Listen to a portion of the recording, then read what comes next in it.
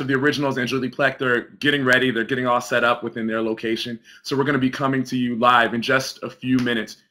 We're seeing all this excitement that's going on. Mary just said, yay. Alexandra just said, ah. And Kinjal is throwing all kinds of signs up there. We're really excited to have you here. While they're all setting up right there, I'll just fill you in on a few different things.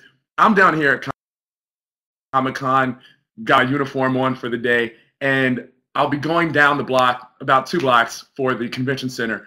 And the cast of the originals and Julie Plec, they're right next to there as well. So we're all down here in the same city, ready to share a whole bunch of information with all of you.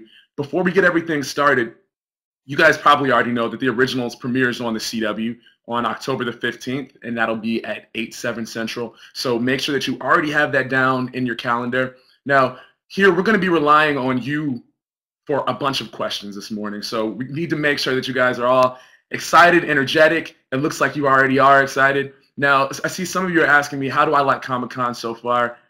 That's a really easy answer. Comic-Con's my favorite time of the year. Like, there's Comic-Con and there's Christmas.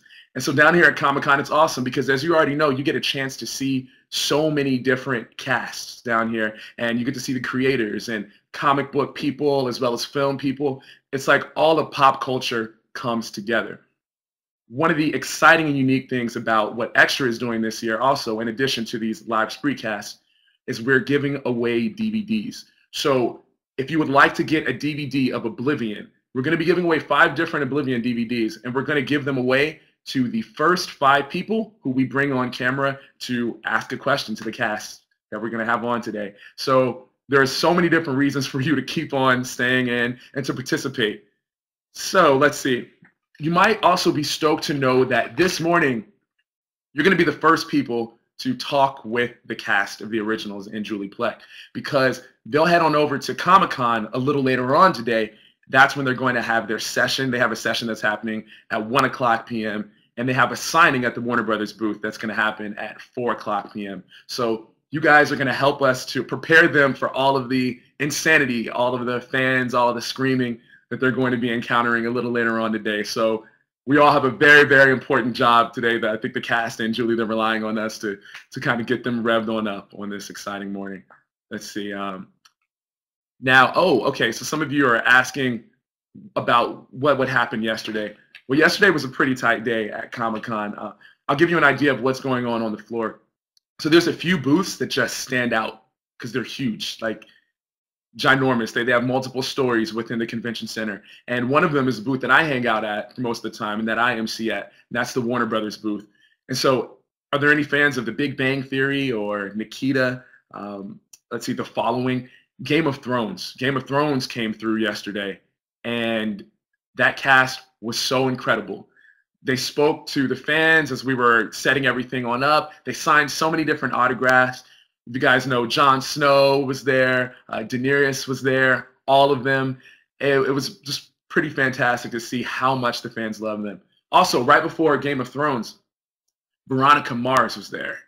Like, Veronica Mars was crazy because you had so many people that were stoked that the show is now going to become a movie. And so the cast was there to sign autographs, and they gave a lot of love to the fans that happened to be the ones who put in a lot of money on who put a lot of money in on Kickstarter in order to create the budget for the film. By the way, Veronica Mars raised more than $5 million on Kickstarter. Like, it's unbelievable, and it's because of fans, people like us who put in the money because we really cared about it.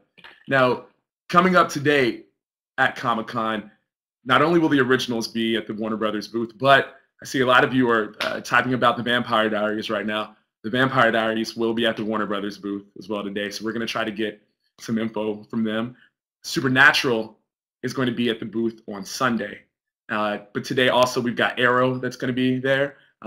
Looking forward to see what's going to happen with Person of Interest. We did a spreecast for Person of Interest a little while ago, so that's coming. So all of this in preparation. Just got a notification that the originals will be there in a few minutes. I promise you, they're coming straight to you. Let's see. Do you all have any other questions about what happens to be going on down at Comic-Con? Want to know about any of the parties that are happening, or anybody that you really want to see, or any shows that you watch that you're wondering if they might be at Comic-Con? All right, Cameron is asking, are there any crazy costumes? Yo, Cameron, there are tons of crazy costumes.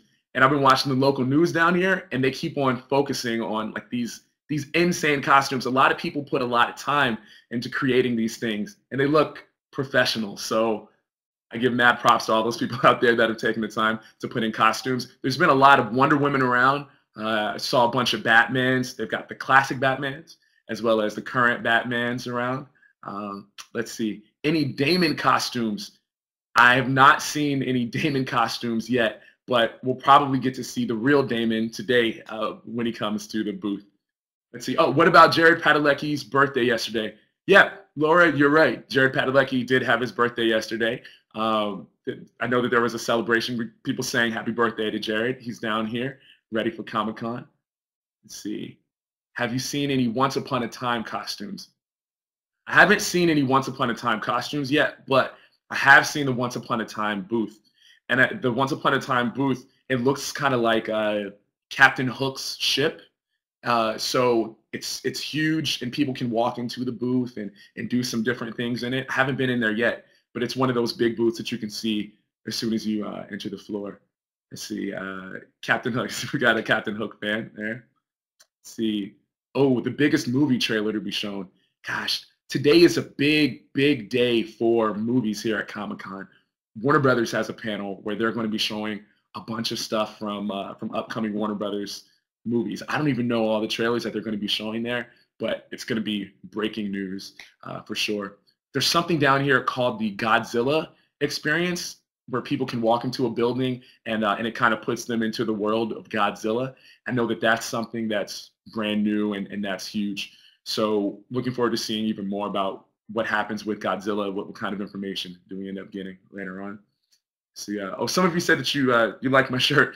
My shirt, this is my uniform shirt for Warner Brothers when I'm working at the booth. You can see it right here.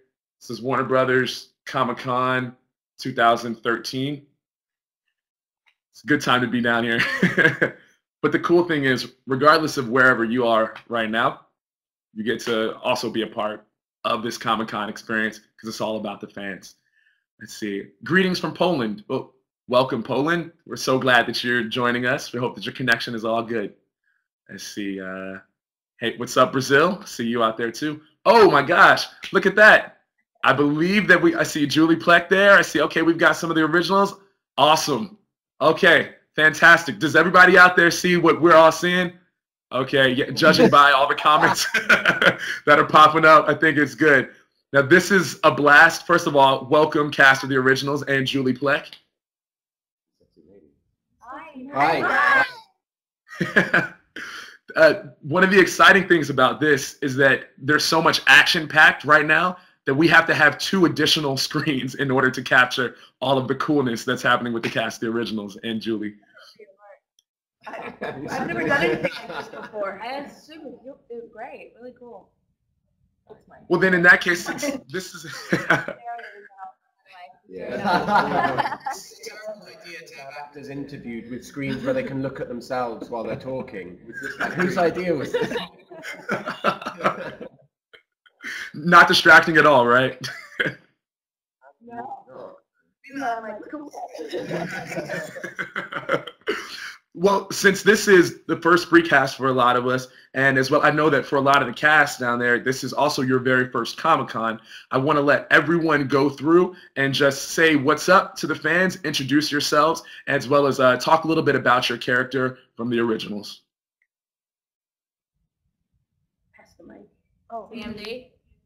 Oh, okay. Who's going first? Gillies. Well, I guess I'll go first. He's a pro. Oh, Daniel Gillies. Hi, my name's Daniel Gillies. I play Elijah on the upcoming show, The Originals. And you want me to describe my character? Oh boy, it's early. I'm so glad you're going first, by the way, because I'm just gonna sort of take what you say and improve it. It's only going to get better. It's only going to get slowly, incrementally, exponentially better. So Elijah is sort of, I often refer to him as sort of like the consigliere of the family. He's his brother Klaus, and he are seeking to make this new empire within New Orleans, a place which, according to legend, Klaus, played by the wonderful Joseph Morgan, established. I don't even have to introduce myself. It's all done. Set up, hundreds of years ago, and now we've come to sort of reclaim our kingdom. But first, we sort of have to usurp it from the clutches of this handsome gentleman over here, who also doesn't need to do anything now because I'm doing the whole job. This is Marcel, who's working in conjunction, with a special supernatural power which we cannot disclose right now. And he's kind of conquered the witches. And is there anything else I need? Have I left anything undone? Anyway, my character Elijah is the brother of Klaus. Klaus is kind of like the furious king, and I'm the one who kind of has to wrangle him in and hopefully get his mind aligned with the ultimate purpose, which is to strategically take back New Orleans. Oh yeah! Wow. I mean, how do I drop the mic? I mean, that's it, right? I'm Joseph, and I play Klaus. He's half werewolf, half vampire. Yeah, I mean, I don't know what to tell you about the story that wasn't already covered by my consigliere.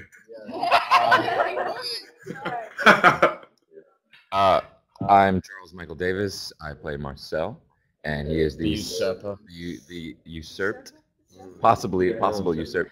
And he's the self-appointed king of New Orleans. And I'm going to pass it to my constituent. Okay, baby, let's go. Come out with a word. I'm Baby Tonkin, and I play Haley, who is a werewolf, who has got herself in a little bit of a tricky situation. She's pregnant, and I don't have any big word to add to that because you guys have said it. You're going to be the Machiavellian instinct. Machiavellian? Machiavellian. Like we speaking what, like Oh yeah, that's a big story I left out, isn't it? what? Yeah, so we have a situation where we had a night, and now Haley is pregnant. He's pregnant with vampires aren't able to procreate, but as I mentioned, yeah, my character's half werewolf, half vampire, so we've got this Love baby. Child on the way who is going to be potentially important, I think. Now would be an excellent time to supply Julie Plick with a mop and a bucket, because she's going to clean this whole damn thing up. I love you. I love you going on. My name's Claire Holt. I play Rebecca. I am the sister of these two hooligans on the end. And I will be coming to New Orleans to, I imagine, stir up trouble and bond with my family. All of the above. I'm going to pass you on to Julie Platt, who's going to fix it all now. I don't even know what to say. You are. We lost. We lost. Somebody pressed the button on in the hatch. The world just ended. Ah, there we are. Hi. Switch. And we're okay. Do we see you again, Julie? Hi. Okay, there. Great.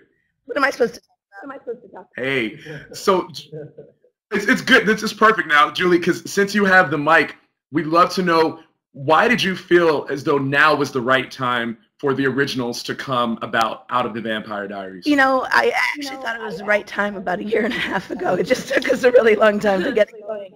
I love telling the story because it's one of those great stories that has everything to do with smart choices made to hire smart people and talented people. And it began knowing that Klaus was a character, an evil villain in the Vampire Diaries books. So we knew in season 2 that we wanted to meet him, but we knew we didn't want to meet him till the very end.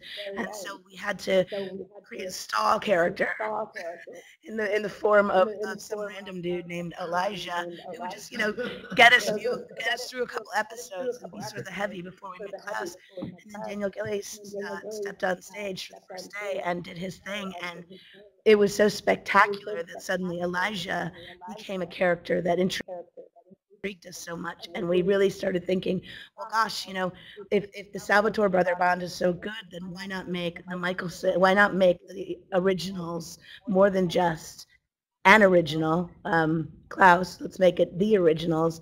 And then once we started thinking about the whole family, it just kind of grew from there. And there was a moment in season 3 when we did the big ball and the entire family standing on the staircase, and we have this great photo, and I sent the picture that one of our directors took to Peter Roth at like 3 o'clock in the morning when I was doing a, you know, nine caffeine soda rewrite, and I just said the originals in the subject title, and he wrote back at 6 in the morning, oh my God, this has to happen. I didn't even know it. Whoa. Gosh, it's awesome to see your vision now come to life then. That's crazy. And now we have our first fan question that we're going to incorporate into this whole Spreecast. Cool. So it looks like we have someone who... Joseph, where's Christian? Let's see, it looks like Firefly, something Firefly. It almost looks like Osef's Firefly wants to know, how will you choose what scenes to shoot in Atlanta and which ones to shoot in New Orleans?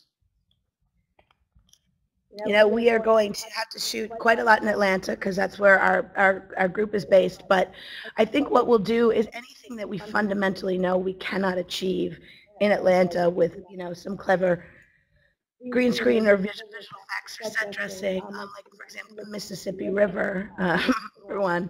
Then we'll go and we'll take little moments where we'll pop into New Orleans and especially into the French Quarter and grab what we can every now and then, much like what ER did back in the day with Chicago, you know, bundle a bunch of episodes together and then go grab little pieces. Tight. Very tight. And I think we have a fan who is standing by right now. We're going to actually bring in a fan on video. It looks like Spiros has a question to ask to you folks. Hi, Let's guys. see what we got. Hi. I'm so nervous. I'm on Greece. My sister is here getting ready because she's going to a festival. Where my question is how Joseph Morgan is going to differ his new role from his character in The Vampire Diaries. How what? So, say your question again, mate. Well, how are you going to differ your role from The Vampire Diaries? How different is it going to be? Yeah. I mean, well, it's the same character, but the show the originals gives us a chance to sort of explore the character a little further, and you know, I mean, also just from having sort of more screen time, he is able to. I can see him. There's a screen right here. Oh, you were like. No, I didn't flip off the grid. Are you starting an internet fight? I'm so sorry about that. There she is! She came in the screen for a second there. It's the same character, but we're just going to expand upon it. We're going to see more sides to him, and you know, just kind of he will evolve as we have more time to spend with him, as will his whole family and all of the characters on the show. So I'm looking forward to a lot more fun on it. What just happened? This is awesome. Chat roulette.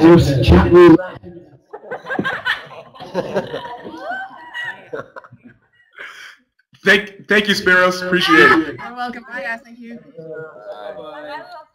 Bye, little Spiros. Wow. This is great. This is a brand new experience for all involved. Now, next up, we have Cameron, who has a question to ask. Hi, Cameron. Cameron, welcome to the mix. So my question's a little bit similar, but I was just wondering, like, how are the characters, like, I know Phoebe's character didn't really get to be fleshed out a lot while she was on The Vampire Diaries, so I'm just wondering how the characters' roles will change by being in the new setting. I think what's so cool about this show is it's giving all these characters like an opportunity to really explore their history, and I think especially with Haley, you know, a lot of the situations that she got herself into in in Vampire Diaries, they came from like a place and reason, but we haven't yet explored her past and her family and why she's made some good, bad decisions that she has over the course of, you know, her life. And I think that's so cool about having a new show and having like the time in each episode to really find out more about every character. And I'm really excited in particular to find out more about especially Haley's family life and why she is where she is right now without, you know, knowing who her parents are and what happened to them many years ago. That.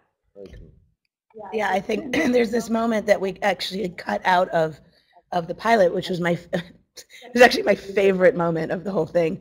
But when we were trying to cut it down to get to the right length, it was the one thing that could go without hurting the story. And it's Elijah walks Haley out of the tomb in the cemetery, and she seems kind of quiet, and he just looks at her very concerned, and he says, "Are you okay?" And she says, "Well, I came here looking for my family, so I guess you should be careful what you wish for," and just walks away. And it's so sad because she's this girl who's just trying to figure out where she came from and ended up now an accidental mother. And so a lot of, for her character specifically, it's going to be dealing with, you know, I didn't even have parents that were good to me or loved me or even wanted me, and here I am with this child that I'm not so sure I want either, you know. And I think we're all so excited as writers to be able to really dig into that character.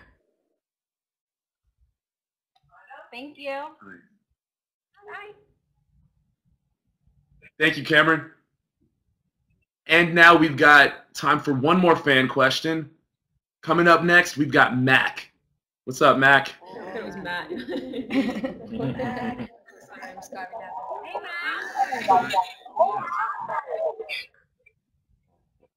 Okay, Charles M. Davis is new to all of us that have been around the Vampire Diaries group for a long time. And on screen, he always appears to be a real fun-loving party animal. And would his new co-stars care to elaborate on that? Well, you're also too overdressed for me to answer, Frank. What do you want us to comment on, honey? What kind of person is Charles M. Davis to work with as a regular person?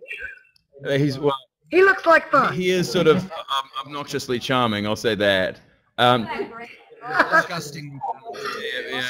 No, it's kind of an exciting period for us actually, because we're just sort of starting out, you know, this journey together. So we're really only just getting to know each other. The translation of that is, I only hate him a little bit right now.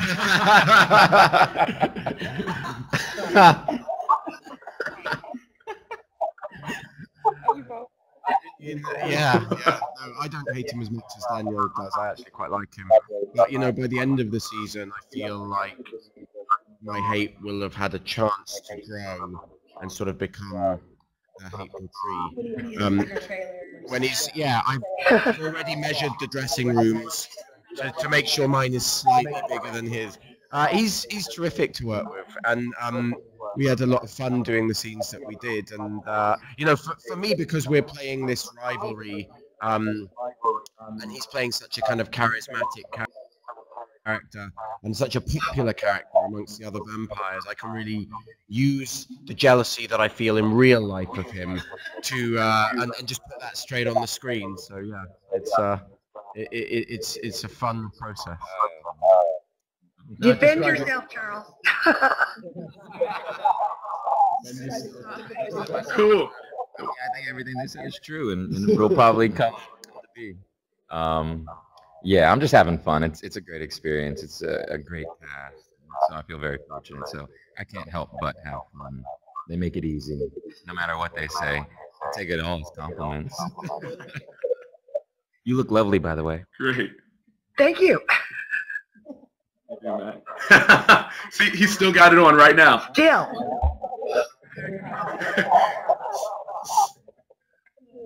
So, Mac, thank you so much. Have a great night or day. Excuse me. Enjoy the rest of your day. Now, it's come time for us to, we've got to let the cast and Julie go. They've got a full Comic-Con day ahead of them, including a panel and signing where they'll be able to meet even more fans. But we want to thank everyone out there in the Spreecast land for joining in on this, and remind you that the originals premieres on the CW on October the 15th at 8/7 Central. So tune in. And for more information, of course, head on over to cwtv.com. Can we get a great wave from all of you to the rest of the Spreecast audience? We appreciate you all. Great. Thank you.